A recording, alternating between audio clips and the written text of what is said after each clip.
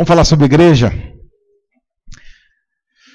Ano após ano, você é desafiado a desenvolver dons, talentos, seu trabalho, um momento da sua semana, investir em algum ministério, investir financeiramente numa igreja.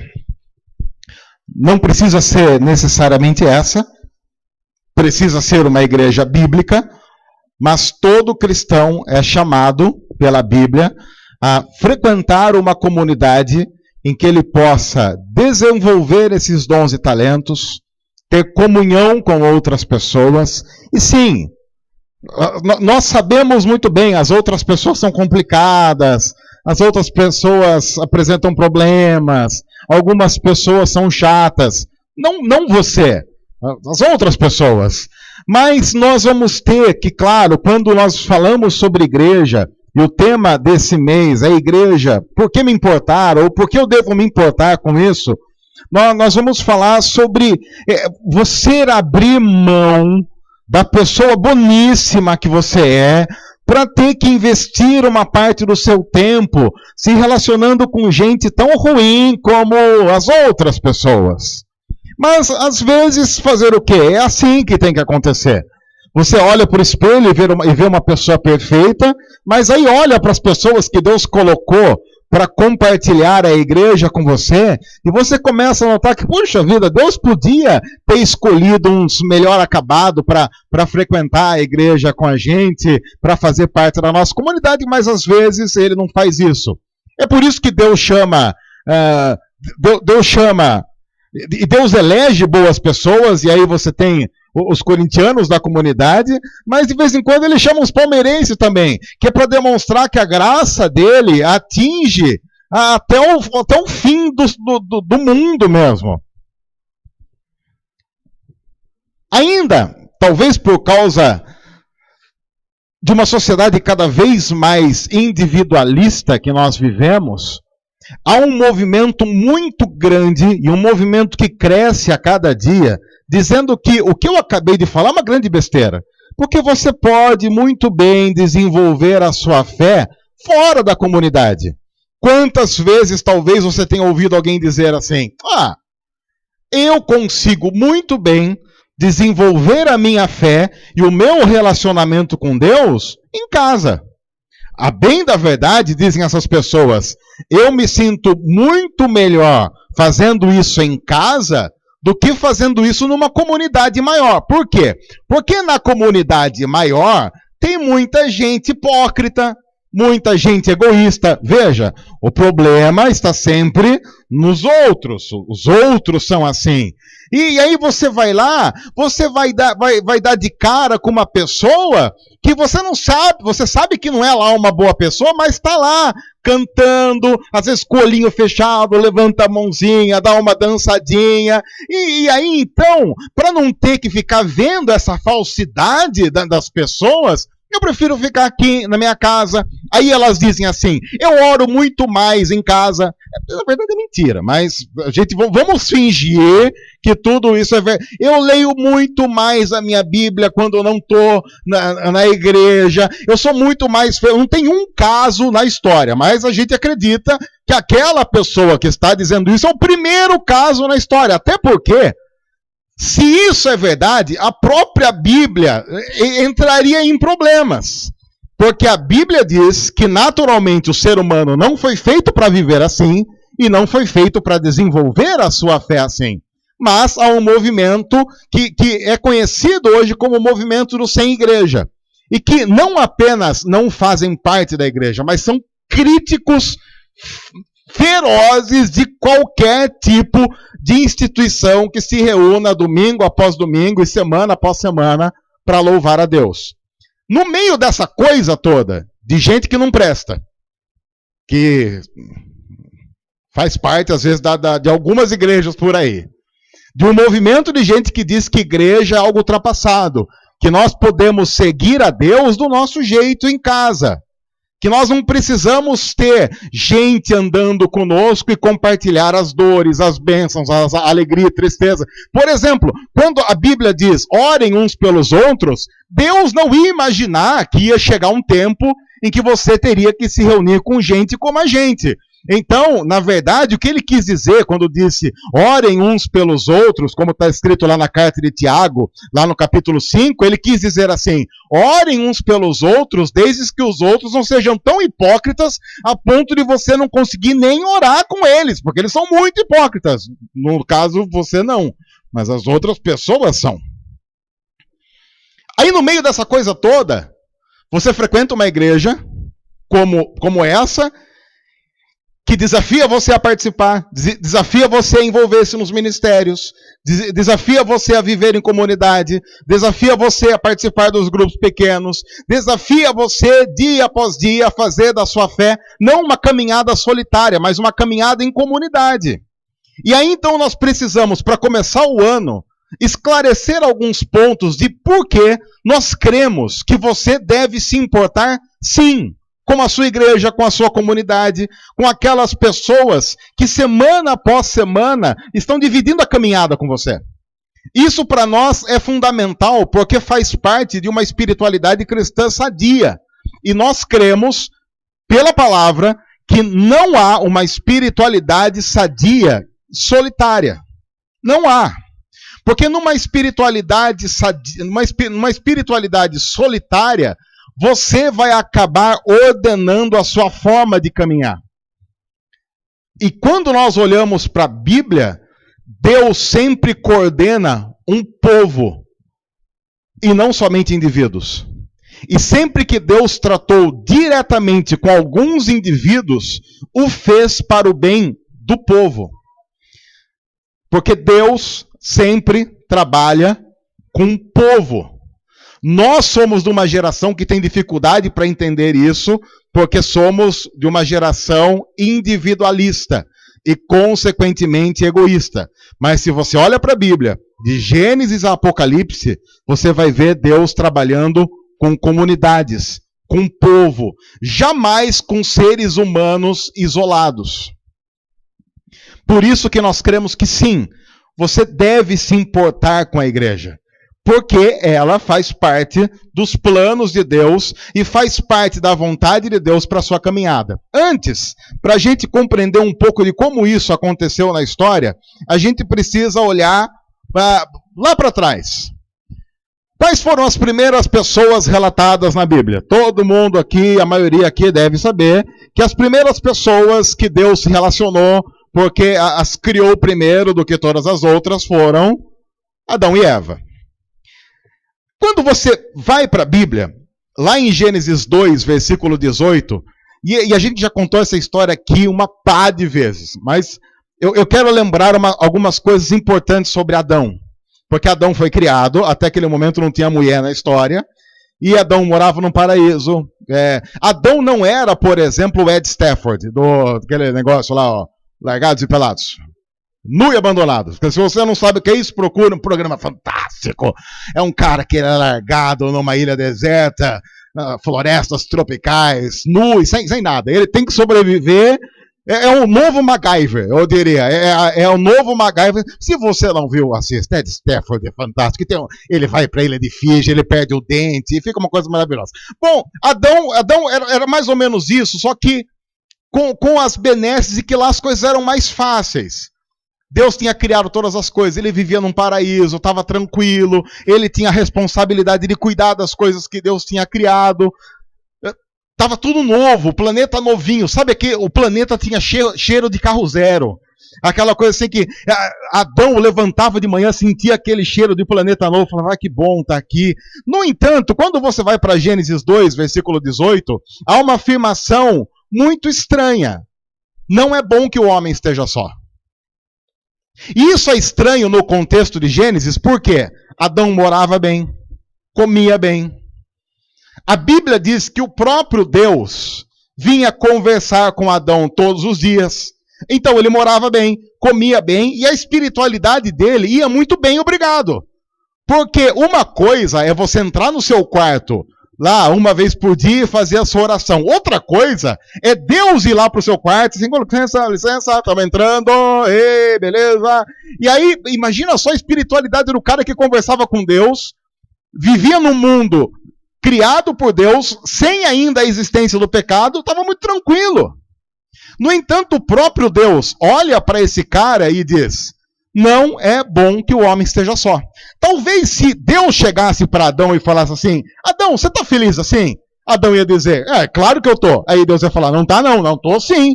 Não tá não, tô sim, Senhor, tá tudo tranquilo. Não tá. Tanto é que a Bíblia diz que Deus chamou todos os animais e foi passando na frente de Adão e falou: você vai dar nome para todos eles. Só que Deus criou a demanda. Porque o que Deus fez? Deus foi trazendo os casalzinhos de cachorro, casalzinho de gato, casalzinho de tudo quanto era coisa. Quando chega o final do dia, Adão vai dormir, ele está como? Pela primeira vez, ele está meio triste, porque ele nota que para todos os animais há uma companhia. Para ele não. E ele nota pela primeira vez: não, realmente, não está bom isso. Não é bom que o homem esteja só. Até porque a Bíblia diz que Deus existe na Trindade. Deus Pai, Deus Filho e Deus Espírito Santo. Deus é uma comunidade desde a eternidade. E a Bíblia também diz que Deus criou o homem segundo a imagem e semelhança de Deus, para que ele refletisse a glória de Deus.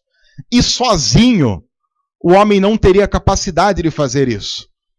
Porque ninguém consegue refletir uma comunidade andando solitariamente.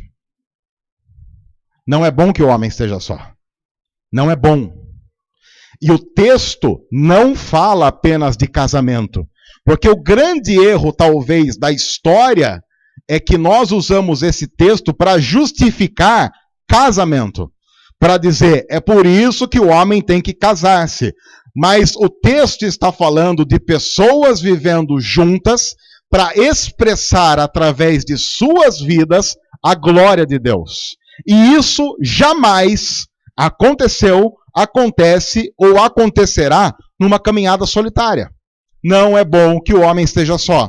E aí você caminha um pouco para frente na Bíblia, você chega lá em Gênesis 7, versículo 1, e você está no meio da história de um cara chamado Noé, que graças a Hollywood a maioria conhece a história totalmente deturpada. Uma coisa importante sobre a história de Noé: não tinha aqueles seres, como é que era o nome dos seres lá, aqueles, como que era? Se tinha Nefilim, não era aquilo, tipo seres, era a pré-encarnação dos Transformers, uma coisa assim. Não é, porque a pessoa olha aqui e fala: ai, que legal a história de Noé. Teve uma pessoa que falou para mim assim: e eu não imaginava que a história era assim. Não, porque ela não é assim mesmo. Tipo, o cara tá andando, água estourando de tudo quanto é canto. Aí, o que está escrito lá em Noé, quando Deus resolve acabar com a humanidade pelo excesso de pecado.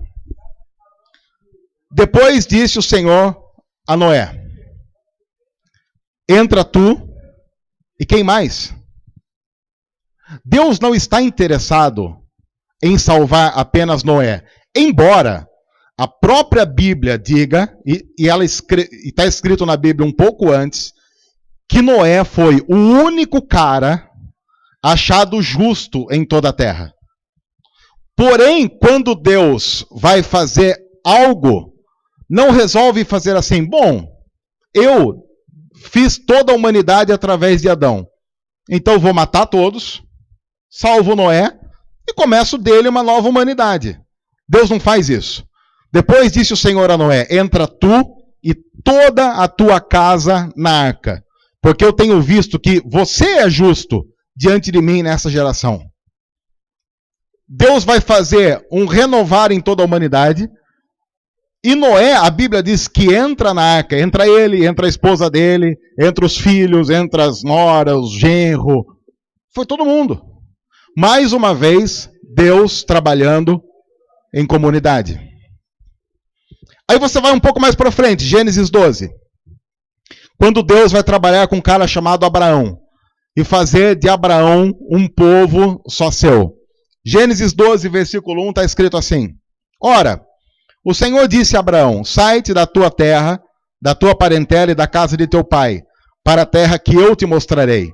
E aí você vai para o versículo 5, um pouco à frente está escrito: e tomou Abraão a Sarai, sua mulher, e a Ló, filho de seu irmão, e todos os bens que haviam adquirido, e as almas que lhe acresceram em Harã, e saíram para irem à terra de Canaã, e chegaram até lá. Mais uma vez, Deus vai trabalhar através de um cara. E esse cara não vai sozinho. Leva a família,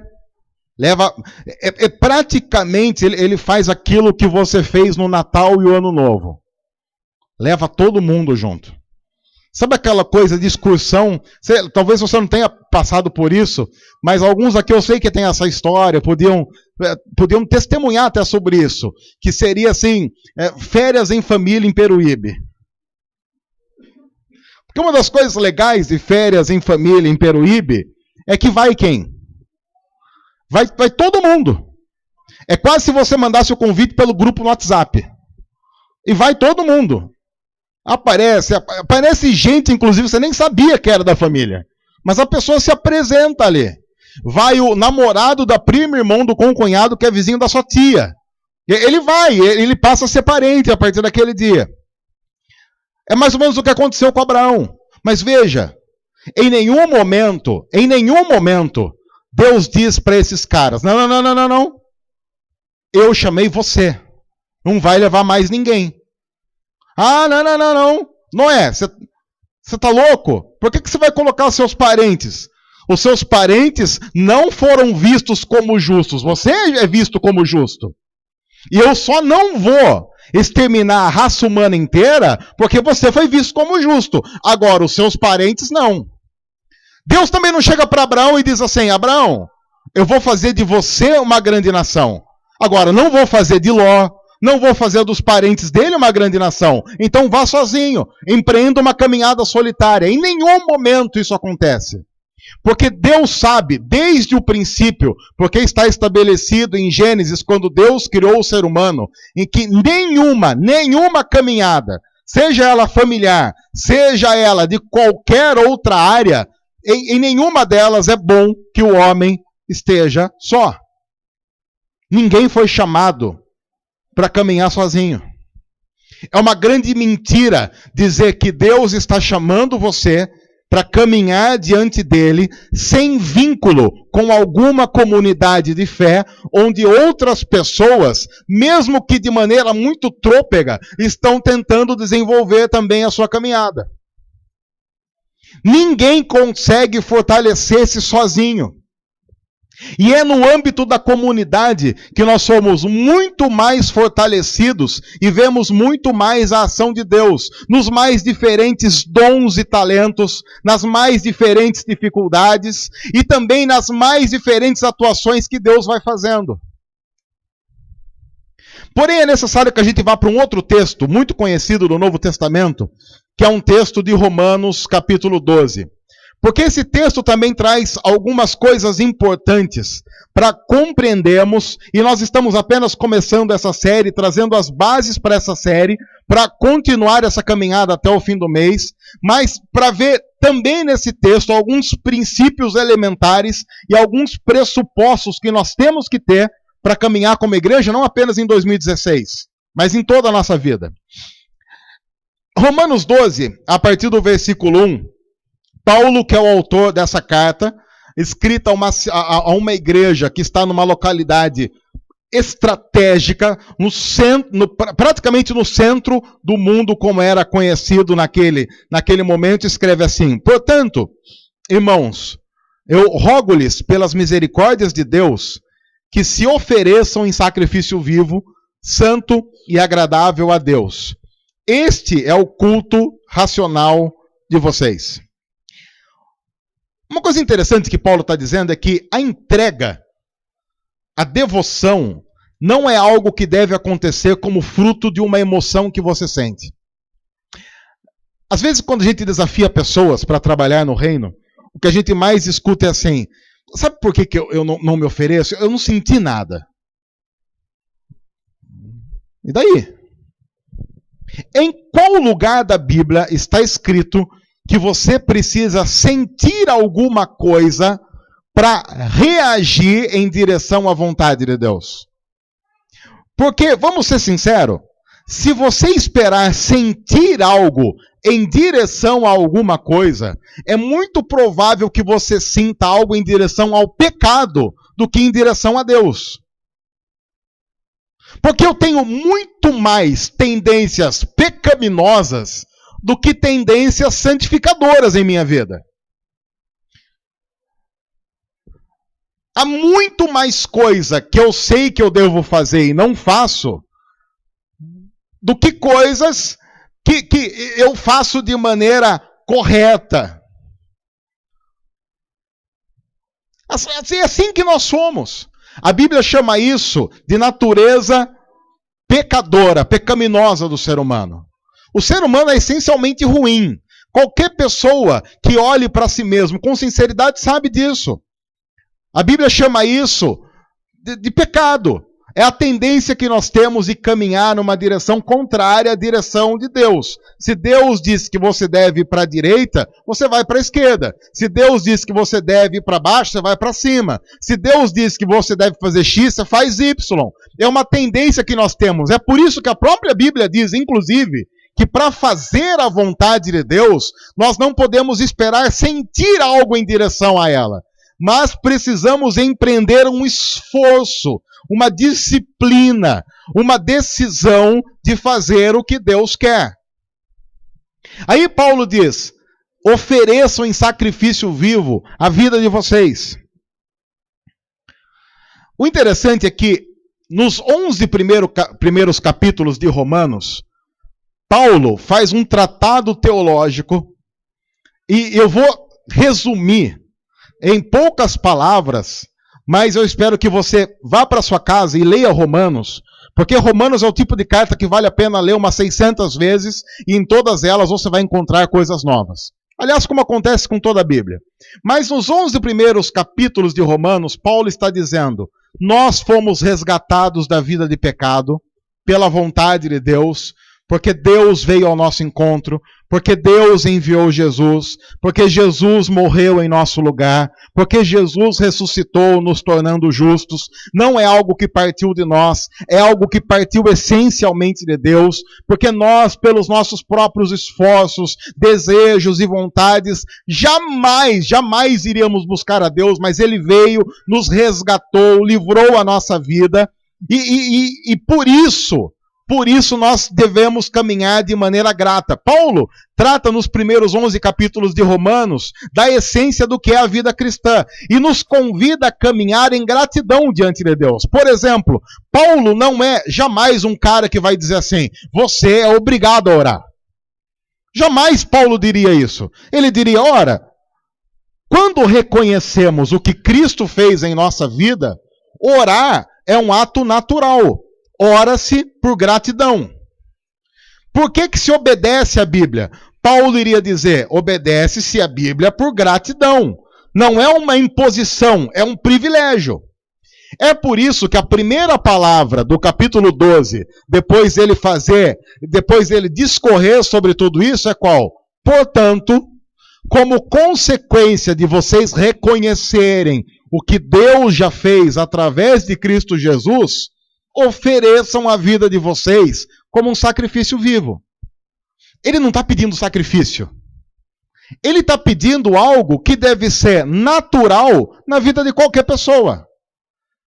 Se é verdade tudo que Deus fez na cruz, se é verdade a ressurreição de Jesus, se é verdade toda a história que a Bíblia conta, portanto, então, naturalmente o que eu vou fazer como consequência da gratidão que eu sinto por isso eu vou oferecer minha vida a Deus. Ele diz que esse é o culto racional. Aí, tem muita gente também que diz assim, tá vendo? Porque a gente não pode ser emotivo? Não. O que a Bíblia está dizendo não é a minha emoção que controla a minha razão, mas a razão vai controlar essas emoções. A Bíblia não está dizendo que nós não devemos nos emocionar diante de Deus. A Bíblia está dizendo que o conhecimento do Evangelho, a percepção do que Deus realizou na cruz, me move em direção a Ele e me emociona ao mesmo tempo. Mas a emoção não vai conduzir o processo. Porque senão eu vou ser aquele tipo de gente que diz assim: eu me senti chamado, sabe por quê? Porque eu senti um arrepio aqui. Sabe um arrepio aqui nas espinhas? Eu senti um arrepio na espinha, então agora eu acho que eu vou ser chamado. Ou então uma outra pessoa, isso eu ouvi alguém dizendo assim: sabe como eu sei que Deus me chamou? Porque eu chorei tanto. Pode ser hormonal o negócio mesmo, pode ser bem hormonal. Você pode até fazer, é até bom fazer um teste, vai que tá. As pessoas elas ficam meio grávidas, elas ficam meio. Eu lembro, não vou contar quem, mas eu lembro que uma vez uma pessoa, eu não quero contar porque vai expor uma pessoa que está aqui, e eu quero até ter um lugar para dormir essa noite. Mas eu lembro que uma vez um rapaz que está aqui nessa igreja hoje, estava sentado assistindo um programa de televisão, e a esposa desse rapaz estava grávida. Da segunda filha deles. E aí, essa pessoa estava assistindo, e estava assim, passando na televisão, sabe aquele momento que não está passando nada? Sei lá, propaganda do... Bombril, aquelas coisas que não tem. E aí, assim, e de repente eu escutei a pessoa assim do lado, assim. E essa pessoa olhou para essa outra pessoa e falou: o que está acontecendo? Nada.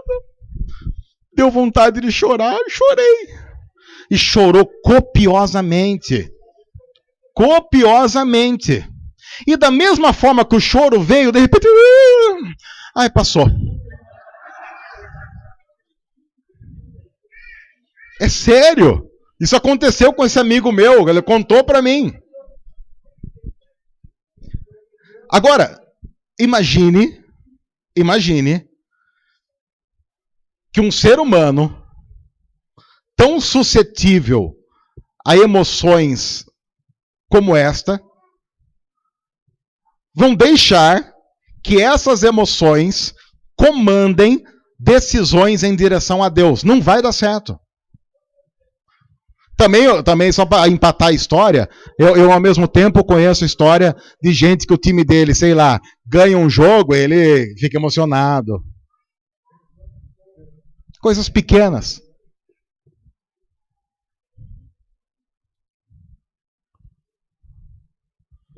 Ofereçam-se. Culto racional. Se você esperar sentir, você não vai fazer. Porque em Deus, a percepção do Evangelho e o conhecimento da palavra nos conduz a Deus e nos emociona. Eu não espero sentir para fazer. Eu faço porque é a coisa certa. E a Bíblia diz que deve ser feito. Mas o texto continua. Aí, não se amoldem ao padrão deste mundo, mas transformem-se pela renovação da sua mente, para que aí sim sejam capazes de experimentar e comprovar a boa, agradável e perfeita vontade de Deus. Qual a recompensa de fazer o que é certo? Segundo a Bíblia. Veja que a recompensa de fazer o que é certo, segundo a Bíblia, não tem em nenhum momento a ver com qualquer coisa ligada à prosperidade. E eu estou dizendo isso porque no domingo passado, eu acho, foi domingo passado que um pastor famoso do nosso país, pastor, eu vou falar pastor porque as pessoas chamam de pastor, então, mas teve um pastor de uma denominação muito conhecida em nosso país que deu uma entrevista, não, na verdade foi uma entrevista para o Roberto Cabrini, foi domingo passado, dando uma entrevista para o Roberto Cabrini, e resumidamente ele disse o seguinte: a teologia da prosperidade é uma teologia boa porque Deus é um Deus da prosperidade. Tonto é quem defende a teologia da miséria. Porque se um pai quer dar as coisas boas para o seu filho, como nós, por exemplo, então é claro que Deus vai querer dar coisas boas para os seus filhos e suas filhas. No entanto, o grande problema dessa leitura é que quando você pensa nas coisas boas que em tese Deus quer dar aos seus filhos, ele está falando do quê? Essencialmente de bens materiais. No entanto, eu creio firmemente que Deus, sim, quer dar boas coisas para os seus filhos. Até porque Jesus diz assim: se vocês que são maus sabem dar boas coisas aos filhos de vocês, quanto mais o Pai Celeste vai querer fazer isso. No entanto, o que Deus considera algo bom não é o que naturalmente nós, como fruto da geração, da sociedade, da cultura que nós somos, consideramos bom. Porque pode ser que numa dessas idas e vindas da vida, Deus considere, de acordo com o que Ele quer fazer em nosso coração, o sofrimento como algo bom. Se esse sofrimento for nos conduzir para mais próximo dele. E pode considerar um carro zero algo muito ruim, se esse carro zero for nos conduzir para mais longe dele. Assim, o que define bênção ou maldição não é o valor monetário embutido no produto, mas é o quanto aquilo está te conduzindo para mais próximo da vontade de Deus. Aí vem um pastor que diz assim: ah, não, Deus é o Deus da prosperidade. Ok, se Deus é o Deus da prosperidade, de que prosperidade estamos dizendo? Se é prosperidade material, mentira. Se é prosperidade espiritual, que é uma inversão total de valores da nossa cultura, ok. É por isso que Paulo está dizendo: não se amoldem ao padrão desse mundo. O padrão do nosso mundo tem a ver com ganho financeiro. Money, tudo é money. Mas transformem-se pela renovação da sua mente. Ora, a renovação da mente que vai fazer com que conheçamos cada vez mais o Evangelho e vai fazer com que nós os entreguemos a Ele. Para que sejam, qual é o objetivo da renovação da mente, renovação da vida? Experimentar a boa, perfeita e agradável vontade de Deus. Essa é a recompensa de fazer o que é certo segundo a Bíblia. Experimentar a boa, perfeita e agradável vontade de Deus. Boa, perfeita e agradável para quem? Para Ele. Para o reino dele. Porque Ele é o centro. E o texto continua. Porque, veja que interessante. Até agora, Paulo está falando algo que parece ser muito individual, né? Faça isso. Parece uma reação. Ah, então beleza, então eu vou para casa e vou fazer isso. Quando nós não lemos o texto da Bíblia por inteiro, temos a tendência de cortá-lo pela metade, a gente corre o risco de perder a integralidade do texto e perder tudo que o texto está dizendo para a gente e fazer uma leitura errada dele. Muita gente na história leu os 2 primeiros versículos de Romanos 12 e parou por aqui. No entanto, o texto não para por aqui. O texto continua. Paulo diz assim: pois, ora, se ele está colocando pois, significa que o que ele está dizendo agora está ligado ao que ele acabou de dizer e que nós lemos há pouco. Pois, pela graça que me foi dada, digo a todos vocês: ninguém tenha de si mesmo um conceito mais elevado do que deve ter. Me parece que agora Paulo está dizendo: você conhece o Evangelho, se entrega, conhece a boa e perfeita vontade de Deus, e isso naturalmente te leva para onde? Para a comunidade. Onde ninguém deve ter um conceito mais elevado do que deve ter. Mas, pelo contrário, tenha um conceito equilibrado de acordo com a medida da fé que Deus lhe concedeu. Sempre, na história e no desenvolvimento da salvação, uma comunidade de fé é imprescindível para que, inclusive, você seja testado no desenvolvimento da caminhada com Deus. Paulo está tratando de um processo integral.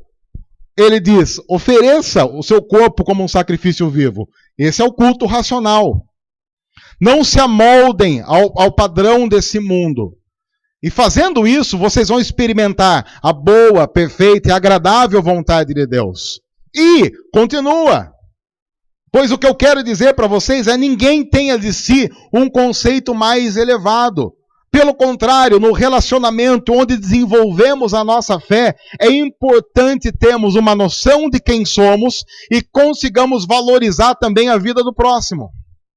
E o texto continua: assim como, cada um de nós tem um corpo com muitos membros, e esses membros não exercem todos a mesma função, assim também em Cristo nós, que somos muitos, formamos um corpo. E cada membro está ligado a todos os outros. Primeira expressão clara desse texto: nós formamos um corpo. E veja, de Romanos 1 a Romanos 11, Paulo está falando da base da crença que nós temos em relação a Cristo Jesus.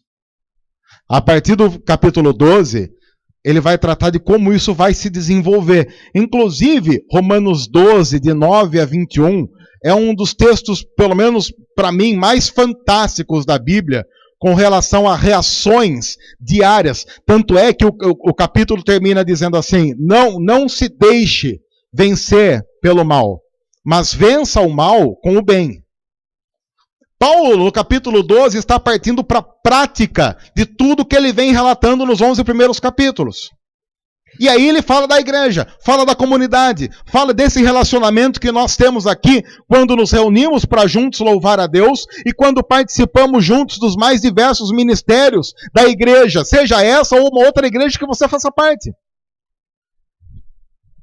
E aí ele fundamenta dizendo: assim como você tem um corpo com muitos membros, e cada membro tem a sua função específica dentro do corpo, assim somos nós. Formamos um corpo, e aí ele diz algo importante. Cada membro, ou seja, cada um de nós, está ligado a todos os outros. Está ligado a todos os outros. O problema é que a gente tem uns estômagos querendo passear por aí longe do corpo. E aí ele vai ter problema com isso. Ou o corpo tem um problema com isso, ou pior, aquele órgão vai ter um problema. Porque aí tem gente que pensa assim: esse é um problema grave. Bom, se eu sou membro do corpo, faço parte disso e deixo, então o que vai acontecer quando eu deixar? O corpo vai morrer sem mim. E ele começa a se julgar maior do que a própria igreja. Mentira. Imagine que Deus está olhando para o corpo e sai do corpo esse tal estômago. O que Deus faz? Põe o estômago no lugar. O Deus que do nada fez todas as coisas pode fazer um estômago aparecer em qualquer corpo a hora que ele quiser. O problema vai estar em quem? No estômago que saiu. Ele que está perdendo a bênção de estar ligado ao corpo que o nutre. O problema de estar fora do corpo é que, estando fora do corpo, você corre o sério risco de não ser mais comandado pela cabeça daquele corpo. Qual o problema disso? O problema disso é que a Bíblia diz que a cabeça do corpo é Cristo. Eu não sei quanto a você, mas eu tenho a leve impressão de que membros fora do corpo tendem a não estar ligado mais ao cérebro que comanda aquele corpo. Você pode até tirar um membro do corpo e ele pode ter uma sobrevida.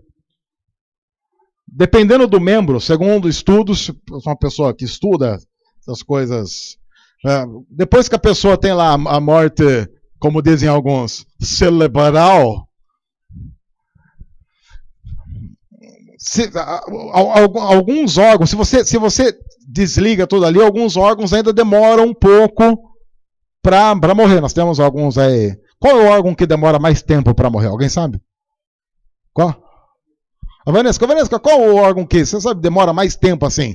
Deixar ele largado, ele demora mesmo. É o osso.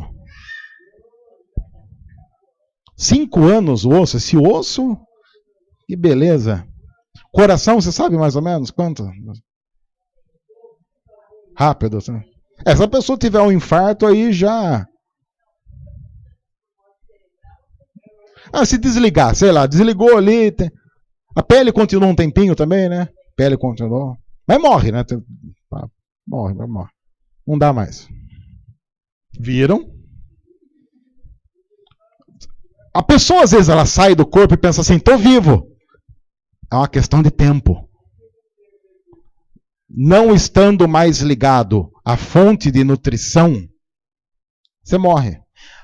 Eu estou querendo dizer que a igreja é fonte de nutrição? Não. O que eu estou querendo dizer é que quando você abre mão da comunidade de fé, da caminhada de fé em comunidade, como a Bíblia preconiza que deve ser, você está abrindo mão de uma caminhada como Deus preordenou que fosse. E se você abre mão de uma caminhada como Deus preordenou que fosse, significa que você deliberadamente fez a opção de caminhar numa caminhada alternativa, diferente da que Deus estabeleceu em sua palavra. E Deus, em nenhum momento, vai abençoar qualquer caminhada que esteja fora daquilo que Ele empreendeu para o seu povo. E isso, cedo ou tarde, vai dar problema. Nós não cremos que a salvação está na igreja visível, nisso que nós estamos vendo. Nós cremos que a salvação está em Cristo. Mas a mesma Bíblia que afirma isso, também afirma que nós somos chamados para caminhar em comunidade, também como expressão da salvação que está em nosso coração. E a história conhecida da Bíblia que diz: você conhece a árvore pelos frutos.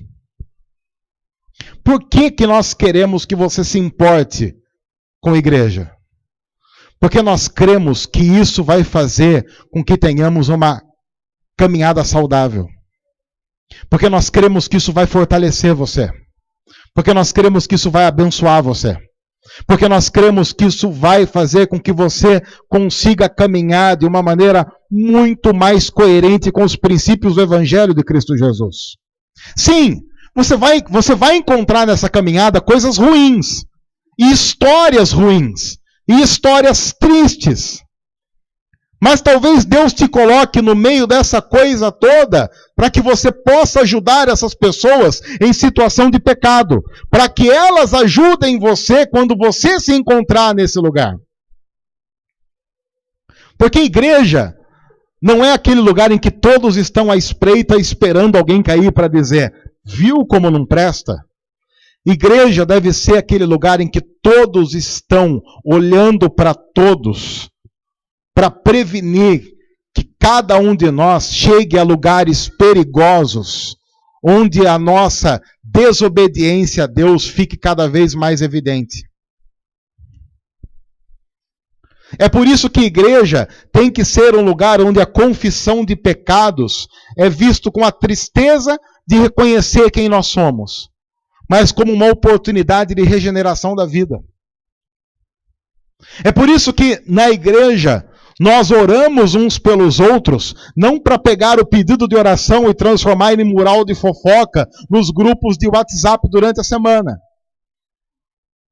mas para poder compartilhar a vida com alguém que vai se comprometer conosco e vai nos amar, assim como Cristo ama.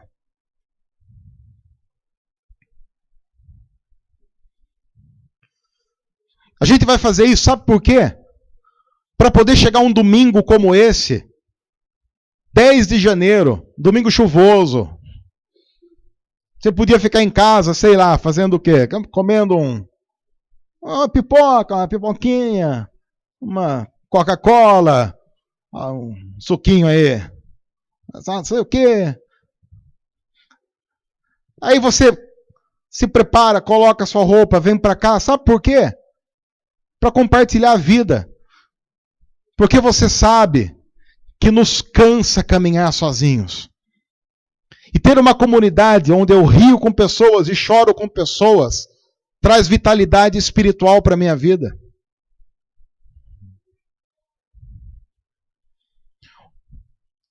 Uma das grandes bênçãos, e não sei quantos sabem, eu fui para a praia esse tempo atrás, eu fui mesmo, eu esbanjei. Esbanjei mesmo. A Galega foi hoje. Produção foi também, tá todo queimadinho. Uma das coisas boas é que você está lá na praia, você está legal. Praia é legal, um negócio legal, você está ali tranquilo, família. Aí chega domingo, 7 horas, 7h30, você pensa assim, há uma parte da minha família reunida. E mesmo num lugar muito legal com a família, você pensa assim, eu queria ter um jeito de estar nos dois lugares ao mesmo tempo. E a gente tem tido essa experiência e tem sido uma experiência altamente abençoadora. Eu me importo. E talvez o principal motivo de nós nos importarmos com a igreja é porque Deus se importa com ela. E se Deus se importa com ela, é porque algo a que vale a pena investir o nosso tempo, investir a nossa vida. A gente vai falar muito mais sobre esse tema nos próximos domingos, mas lembre, a base de tudo o que a gente vai falar é essa. E é a partir desse pressuposto que nós vamos caminhar para falar sobre comprometimento, falar sobre a nossa vida e tantas outras coisas boas que a vida em comunidade pode oferecer para nós, não em 2016, mas em todos os anos da nossa caminhada para a glória de Deus. Que Deus os abençoe. Vamos ficar em pé? Vamos orar?